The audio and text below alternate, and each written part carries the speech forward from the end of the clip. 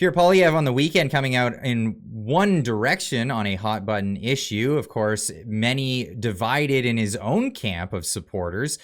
Many glad that he's standing up with Ukraine, and others disappointed that there may not be peace talks in the future. Now, of course, this bumbling idiot, Prime Minister Justin Trudeau, in a press conference today, got it all wrong, I guess. It's really hard to keep this stuff straight if you're a world leader. Yeah, factories there, and we're stepping up in every way we can because we know that Russia must win this war. That Ukraine must win this war against Russia. Thank you. Okay, thank you very much. Yeah, thank you very much, Justin Trudeau. But many people not very surprised that he's a bumbling idiot and can't get his story straight. Many people were surprised at the take of Pierre Poilievre. Poilievre vows to always stand with Ukraine as a third year of Russian war begins. This story, of course, from CTV News. Pierre Poilievre has vowed that Canada will always stand with Ukraine as the world marks the second anniversary of Russia's invasion of the country. Now, here's his actual tweet. This is what he had to say. It's been 2 years since Ukraine woke up to the evil of an unprovoked full-scale invasion from Vladimir Putin. And I mean, we've seen a lot of information come out in the Times recently. There's been the interview with Vladimir Putin with Tucker Carlson. Many of you think that may think that Tucker Carlson's a propagandist, and there was no truth in there whatsoever. What I found in my own life with conflicts ever, there's always one side, another side, and then there's truth somewhere is not not on either end. It's somewhere in the middle. But of course, this was, the media outlets came out and claimed that it was all just BS. Here's Vladimir Zelenskyy talking about it. Tucker Carlson recently traveled to Moscow, sat down for an interview with Vladimir Putin. Did you happen to see that or coverage of it? I heard some messages and in media, and also my guys who are advisors, they said. So I don't have I don't have time to hear more than 2 hours of bullshit about us, about the world, about the United States, about our relations, and this interview with the killer. So I've got some briefly what was there. So that was what was said there. Now, the rest of the tweet goes on to say, with unshakable resolve and determination, Ukrainian people will have fought back.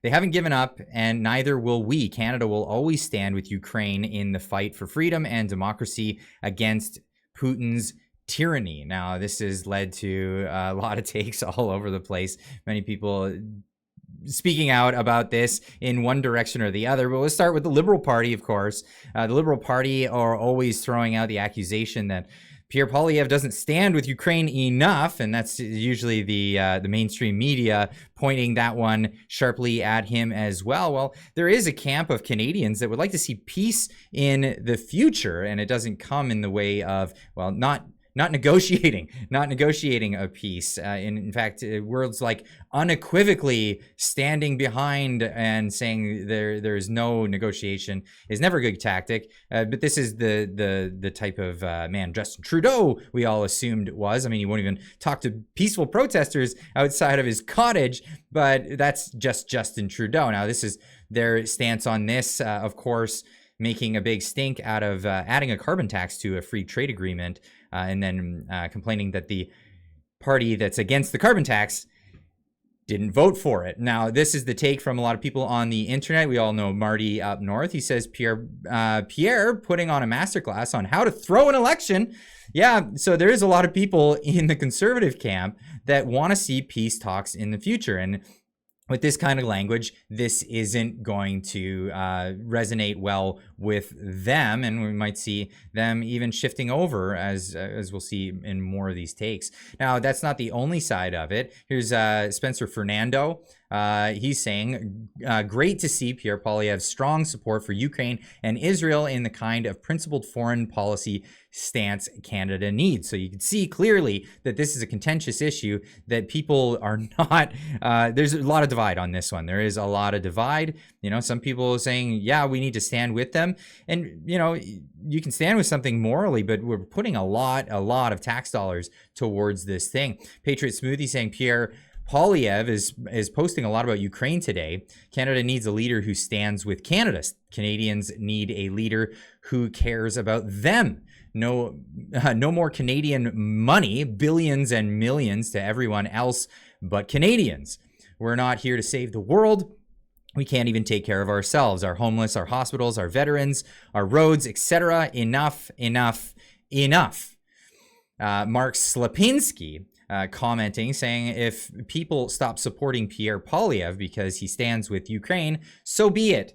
He'll lose more supporters for standing with Russia. And he knows this, as if wanting peace is standing with your enemies. It's, it's really a difficult one to grasp when things are quite so divided. Of course, we have all the usual politicians standing where they stand on these particular issues.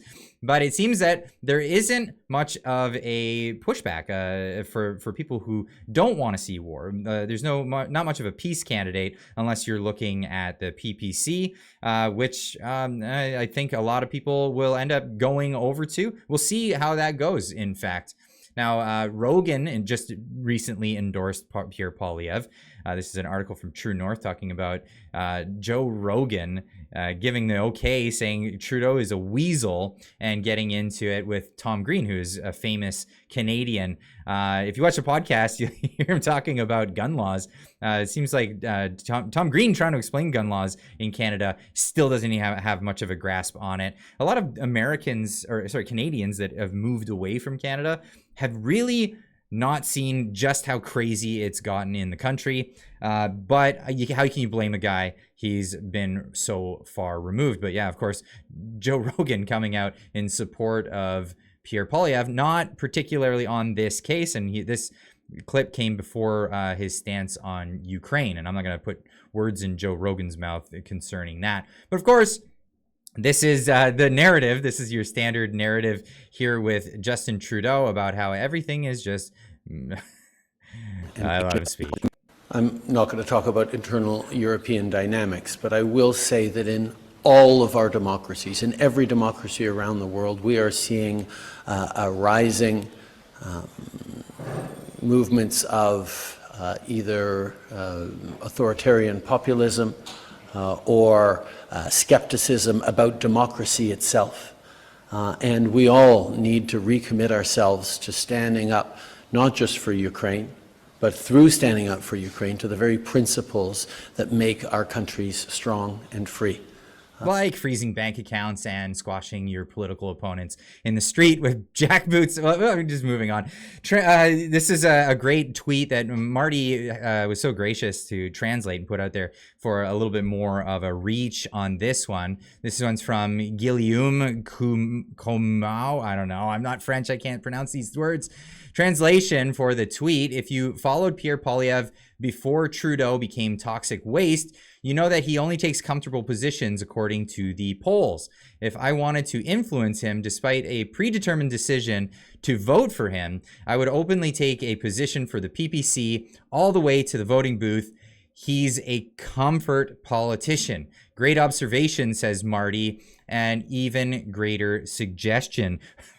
We'll be talking to Marty this week. We'll see that on Wednesday's morning show. Check that out. I'm going to be asking Marty about his take specifically on this. Where are you coming from on that one? Are you saying that you're actually going to support the PPC now? We'll see. I'm going to ask him on check that on Wednesday morning. But this is, again, running with the same narrative from the conservative camp. Trudeau taxes your food, punishes your work, doubles your housing costs, and unleashes crime and chaos in your community. He's not worth the cost. Well,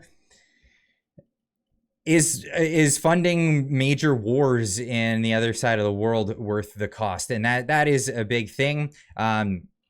I'll let you guys answer that question, and I'm happy to encourage anyone from either side of the camp on this one. If you watch the show, you probably know I'm very much a peacenik. I want to see, and I'm not opposed to conflict. I just don't think that we should be involving ourselves in entanglements across the world. But this is the open discussion. Of course, leave a comment in the comment section down below. Is that a naive position, as some people have said, to want peace in these kinds of conflicts? Or is it more a thing that we have to go in and win it and fight it, sans, of course, declaring anything and just doing it as a proxy against Russia? Leave a comment in the comment section down below. Let me know what you think.